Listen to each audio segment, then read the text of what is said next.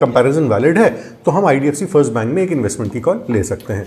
जब हम इन दोनों बैंक को कंपेयर करेंगे तो हमें कुछ बातों का ध्यान रखना है। सबसे पहली बात, एचडीएफसी बैंक इस्टेब्लिश हुआ था 1994 में और आईडीएफसी फर्स्ट बैंक इस्टेब्लिश हुआ है 2018 में। तो दोनों की जो हिस्टोरिकल फिगर्स की जब हम बात करेंगे तो हम सिर्फ 5 साल की ही बात कर सकते हैं, क्योंकि उससे पहले आईडीएफसी फर्स्ट बैंक एग्जिस्ट नहीं करता था।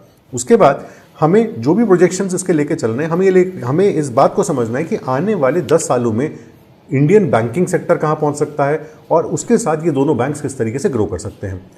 तीसरी और बहुत इंपॉर्टेंट बात यह है कि किसी तरह की इन्वेस्टमेंट एडवाइस नहीं है। अगर आप देखें तो आईडीएफसी फर्स्ट बैंक हो या एचडीएफसी बैंक हो, दोनों ही बैंक्स आगे बढ़ेंगे। ऐसा नहीं है कि अगर हम इस कंपैरिजन में देखते हैं कि आईडीएफसी फर्स्ट बैंक ज़्यादा बढ़ेगा या एचडीएफसी ज़्यादा बढ़ेगा, हाँ एक कम और एक ज़्यादा ज़रूर बढ़ सकते हैं, दोनों की स्पीड अलग हो सकती है, बट बढ़ेंगे दोनों ही बैंक्स। तो इसमें आपको आईडीएफसी फर्स्ट बैंक में इन्वेस्ट करना है या एचडीएफसी में इन्वेस्ट करना है, फाइनल डिसीजन तो आपका ही रहेगा। लेकिन मेरा काम है आप तक अपना मैसेज पहुंचाना कि मैंने आईडीएफसी फर्स्ट बैंक को क्यों चूज करा और मैंने एचडीएफसी बैंक में क्यों इन्वेस्ट नहीं करा है। टैबुलर वे में कंपेयर करते हैं आईडीएफसी फर्स्ट बैंक को एचडीएफसी बैंक के साथ। कुछ एट्रीब्यूट्स मैंने यहां पे लिए हैं। सबसे पहला एट्रीब्यूट है इसमें market cap. Market cap IDFC first bank की है 35,000 करोड़ और एचडीएफसी बैंक की है 8 ट्रिलियन रुपीज यानी कि 8 लाख करोड़ रुपए। उस हिसाब से आईडीएफसी फर्स्ट बैंक एक मिड कैप बैंक में आता है, जबकि एचडीएफसी बैंक तो ऑब्वियसली एक लार्ज कैप बैंक में आता है। तो अगर हम ग्रोथ स्टॉक इन्वेस्टिंग की बात करें तो आईडीएफसी फर्स्ट बैंक उस क्राइटेरिया को पूरा करता है, क्योंकि मिड कैप या स्मॉल कैप स्पेस में ही आप इन्वेस्ट कर सकते हैं जब भी आपको मल्टी बैगर रिटर्न्स चाहिए। फिर आती है सेल्स आईडीएफसी फर्स्ट बैंक की 19,400 करोड़ हैं और एचडीएफसी बैंक की 1,48,400 crore. Sales obviously HDFC bank की बहुत ज़्यादा है, बट जब आप इसको मार्केट कैप के साथ कंपेयर करते हैं तो आपको ये दिखाई देगा कि मार्केट कैप और सेल्स के रेशियो में IDFC first bank no doubt एक अंडर वैल्यूड बैंक है एचडीएफसी के सामने। अर्निंग्स पर शेयर इस समय आईडीएफसी फर्स्ट बैंक की है 2.73 और एचडीएफसी की है 75.2। अर्निंग्स पर शेयर को जब हम एज एन इंडिविजुअल पैरामीटर लेते हैं या एट्रीब्यूट लेते हैं तो इतना मीनिंगफुल नहीं होता। जब हम प्राइस अपॉन अर्निंग्स रेशियो लेते हैं तो वो ज़्यादा मीनिंगफुल हो जाता है, जिसको हम पी रेशियो बोलते हैं। तो P ratio IDFC first bank और एचडीएफसी के दोनों ही बहुत कंपेरेबल रेंज में है, दोनों में कोई बहुत ज़्यादा डिफरेंस नहीं है। Then we come to the price upon book value ratio, जो कि अनदर एक इंपॉर्टेंट एट्रीब्यूट है वैल्यूएशंस के लिए। वहाँ पे आईडीएफसी फर्स्ट बैंक का है प्राइस अपॉन बुक वैल्यू 1.67 और एचडीएफसी बैंक का है 3.25। तो इस एट्रीब्यूट के हिसाब से भी IDFC first bank becomes N under valued bank at the present prices. फिर हम आते हैं, जैसे कि मैंने आपको बताया था कि हम इसमें सिर्फ 5 साल की फिगर्स कंसिडर करेंगे, क्योंकि आईडीएफसी फर्स्ट बैंक की स्थापना 2018 में हुई थी। तो सबसे पहले लेते हैं सेल्स का 5 साल का सीएजीआर। दोनों की ही सेल्स का सीएजीआर कंपेरेबल है। 15% आईडीएफसी फर्स्ट बैंक का है और 13% एचडीएफसी बैंक का है। सेल्स का 3 साल का जो सीएजीआर है उसमें आईडीएफसी फर्स्ट बैंक मार्जिनली ऊपर है 12% पे और एचडीएफसी है 9% पे। Then we come to the profit CAGR पिछले 5 साल का। आईडीएफसी फर्स्ट बैंक का है -33% यानी कि प्रॉफिट में डी ग्रोथ हुई है। वहीं पे एचडीएफसी बैंक का है +20% 5 साल का प्रॉफिट सीएजीआर। इसको मैं अभी समझाऊंगा आपको। सबसे पहले 3 साल का प्रॉफिट सीएजीआर भी देख लीजिए। आईडीएफसी फर्स्ट बैंक का है 27% और एचडीएफसी बैंक का है 19%। तो काफी क्लियर कट यहाँ पे डिफरेंस है। ये जो प्रॉफिट में हमें नेगेटिव में -33% सीएजीआर दिखाई दे रहा है, ये एक्चुअली बैंक क्योंकि 2018 में ही इसका इंसेप्शन हुआ है, तो पहले 5 से 7 साल या 10 साल तक बैंक को कोई भी संस्था उसको प्रॉब्लम रह सकती है। वहां पे हम बहुत ज्यादा प्रॉफिटेबिलिटी एक्सपेक्ट नहीं कर सकते। तो वही फेज से इस समय बैंक निकल रहा है और इसी वजह से काफी अंडर वैल्यूड रेशियोज पे हमको बैंक यहाँ पे अवेलेबल है। Then we come to the next parameter जो कि बहुत इंपॉर्टेंट है, आरओई और आरओसीई। तो आरओई आईडीएफसी फर्स्ट बैंक की है 0.7, वहीं पे एचडीएफसी की आरओई है 16.6। आरओसीई जिससे कि पता चलता है कि शेयर होल्डर्स का पैसा कितनी एफिशिएंसी के साथ इस्तेमाल हो रहा है, तो वो दोनों ही एचडीएफसी और आईडीएफसी के कंपेरेबल रेंज में है। करंट और क्विक रेशियोज भी जो कि किसी भी फर्म की या कंपनी की लिक्विडिटी पोजीशन को दर्शाते हैं, तो वो भी दोनों कंपेरेबल रेंज में है। Then we come to the operating margins और नेट प्रॉफिट मार्जिन्स। अब एक बात का ध्यान रखिएगा, जब हम नेट प्रॉफिट मार्जिन की बात करते हैं बैंक में, तो यहाँ पे प्रोविजनिंग का एक बहुत बड़ा रोल होता है। प्रोविजनिंग से सीधा सा मतलब है कि वो पैसा जो बैंक अलग रख देता है बैड लोन्स के सामने। तो operating margins actually banking sector को जब भी आप एनालाइज करते हैं तो ऑपरेटिंग मार्जिन ज़्यादा मीनिंगफुल फिगर होती है, बट हम दोनों को ही स्टडी करेंगे। तो operating margins IDFC first bank के 36.8%, नेट प्रॉफिट मार्जिन है 1% से भी कम। वहीं पे एचडीएफसी बैंक का ऑपरेटिंग मार्जिन है 59.3% और नेट प्रॉफिट मार्जिन है 29%। तो ऑब्वियसली यहाँ पे एचडीएफसी बैंक ऊपर स्कोर करता है, क्योंकि एचडीएफसी एक एस्टैब्लिश्ड बैंक है, उसको अब ऑलमोस्ट 30 ईयर्स पूरे होने वाले हैं, काम करते करते 28 ईयर्स पूरे हो चुके हैं। तो जो भी किसी बिजनेस की शुरू की प्रॉब्लम्स होती हैं, एचडीएफसी बैंक उनसे बाहर आ चुका है, जबकि आईडीएफसी बैंक को अभी उनसे बाहर आना है। आईडीएफसी बैंक अभी अपनी इन्फेंसी की जो प्रॉब्लम्स हैं किसी भी बिजनेस की, उससे अभी भी जूझ रहा है। अब इस टेबल को एक बार ध्यान से देखिए, कुछ इंपॉर्टेंट पॉइंट्स हाईलाइट कर लेते हैं। सबसे पहले मार्केट कैप और सेल्स का जब हम डेटा कंपेयर करते हैं तो उस हिसाब से आईडीएफसी बैंक ऑब्वियसली स्कोर करता है।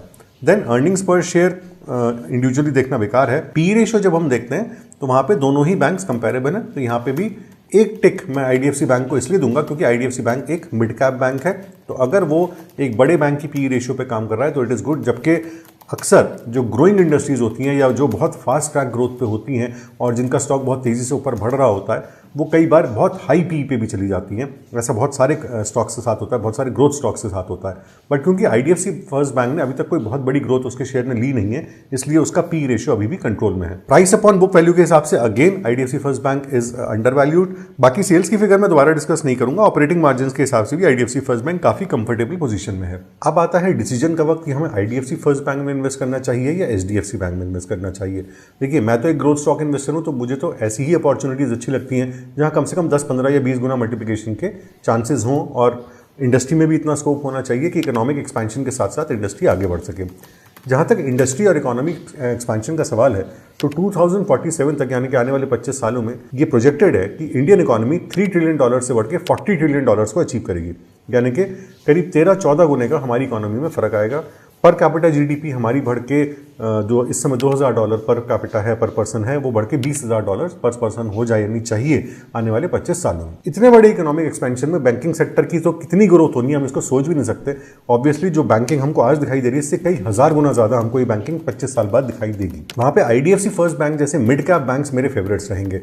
यहाँ पे कार्ड्स में एक बड़े इंटरेस्टिंग वीडियो का लिंक है जिसमें मैंने कुछ मिड कैप बैंक्स के बारे में डिस्कशन किया था कि अगर हम एक बैंकिंग पोर्टफोलियो बनाना चाहते हैं तो कौन से वो बैंक्स हैं जो हाई ग्रोथ ले सकते हैं आने वाले सालों में। दूसरी बात ध्यान रखने की ये है कि हम जो भी डिस्कशन कर रहे हैं ये आने वाले 10 सालों के लिए है। आने वाले 10 सालों में अगर हम ग्रोथ के हिसाब से देखें तो ऑब्वियसली छोटी कंपनी ज़्यादा ग्रो करती है। इसमें कोई ज़्यादा बड़ा लॉजिक नहीं है, ये बड़ा सिंपल सा लॉजिक है कि छोटी चीज़ ज़्यादा जल्दी ग्रो करती है, बड़ी चीज़ को ग्रोथ लेने के लिए थोड़ा सा टाइम लगता है। साइज के हिसाब से तो ऑब्वियसली आईडीएफसी फर्स्ट बैंक अभी बहुत छोटा बैंक है, तो इसकी ग्रोथ में इनॉर्मस चांसेस हैं, इनॉर्मस स्कोप है। इसी वजह से मैंने आईडीएफसी फर्स्ट बैंक को चूज किया है अपने इन्वेस्टमेंट के लिए, क्योंकि बाकी सारे पैरामीटर्स में हमने देख लिया कि वो एचडीएफसी बैंक के पूरी तरीके से कंपेरेबल रेंज में है। सिर्फ एक पैरामीटर जो आईडीएफसी बैंक का बिगड़ा हुआ है वो है उसके नेट प्रॉफिट मार्जिन्स, जिसकी वजह से उसकी 5 साल की आरओई हमको नेगेटिव में दिखाई दे रही है। बट फिर अगेन हम उसी बात पे आ जाते हैं, क्योंकि अभी एक नया बैंक है, 5 साल ही हुए हैं इसको सिर्फ एस्टैब्लिश हुए, और किसी भी बिजनेस में शुरू के 5-7 साल तो थोड़ी बहुत प्रॉब्लम्स रहती ही हैं। प्रॉफिटेबिलिटी पे इतना ज़्यादा ध्यान नहीं दिया जा सकता, आपको नए कस्टमर्स चाहिए, नए क्लाइंट्स चाहिए, ब्रांच नेटवर्क भी आपका बहुत तेज़ी से एक्सपैंड करता है, उसमें भी खर्चे होते हैं। अब एक बैंक है जिसका ब्रांच नेटवर्क ऑलरेडी एक्सपैंडेड है, तो अब आपको ब्रांच में तो सिर्फ पर्सनल चेंज होना है या मैन पावर बढ़ानी है, आपको स्ट्रक्चर्स तो खड़े नहीं करने कम से कम।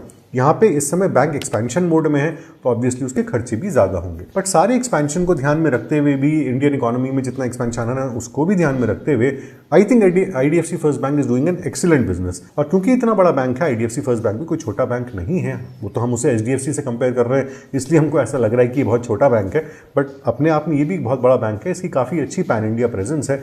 तो मुझे पूरी तरीके से इस बात पर भरोसा है कि मेरा पैसा यहाँ पे इन्वेस्टेड है और सेफ है, और मैं कम से कम 10 सालों तक इस बैंक में इन्वेस्टेड रहूँगा। बात आती है टारगेट्स की। इसके 2 तरह के टारगेट्स मैं लेके चलूंगा। इनफैक्ट मैं इसके 3 तरह के टारगेट्स लेके चलूंगा। सबसे पहला टारगेट मैं लूंगा 5 साल का। 5 साल से पहले तो मैं कोई भी टारगेट नहीं इसमें कैलकुलेट कर सकता। दूसरा टारगेट पे लूंगा आने वाले 10 सालों का, और तीसरा टारगेट पे लूंगा एक इन्फिनिटी टारगेट, यानी कि अगर मैं इसके अंदर पैसा ब्लाइंडली इन्वेस्टेड छोड़ दूं और कभी निकालूं ही ना, अपने बच्चों के लिए छोड़ दूं, तो क्या इसका टारगेट हो सकता है। सबसे पहला टारगेट आता है 5 साल का। तो 5 साल में मेरी एक्सपेक्टेशन ये है कि IDFC first bank should grow somewhere between 7 to 10 times, यानी कि 7 से 10 गुना ये बैंक आने वाले 5 से 6 सालों में हो जाना चाहिए। ऐसा मेरा अपना मानना है, प्लीज इसको किसी तरह की इन्वेस्टमेंट एडवाइस मत समझिएगा। दूसरा टारगेट आता है 10 साल का, यानी कि 2032 तक के क्या टारगेट्स हो सकते हैं।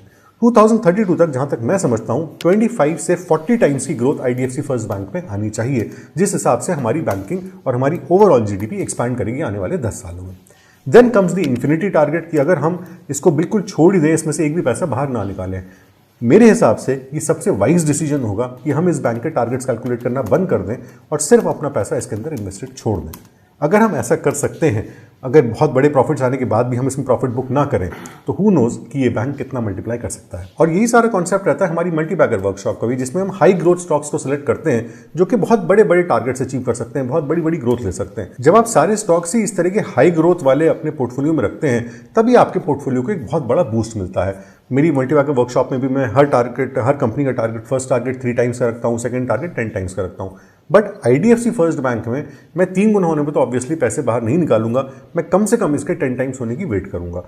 पहला टारगेट बुक करने के लिए भी मैं कम से कम 10 टाइम्स की वेट करूंगा। लेकिन क्योंकि मैं 10 टाइम्स टारगेट के लिए वेट करूंगा, तो ऑब्वियसली मेरा होल्डिंग पीरियड भी इसमें बड़ा रहेगा। इस बीच में कंपनी में उतार चढ़ाव भी आएंगे, इसकी शेयर प्राइस ऊपर नीचे भी होगी, बट उस बात से मुझे कोई भी फर्क नहीं पड़ता।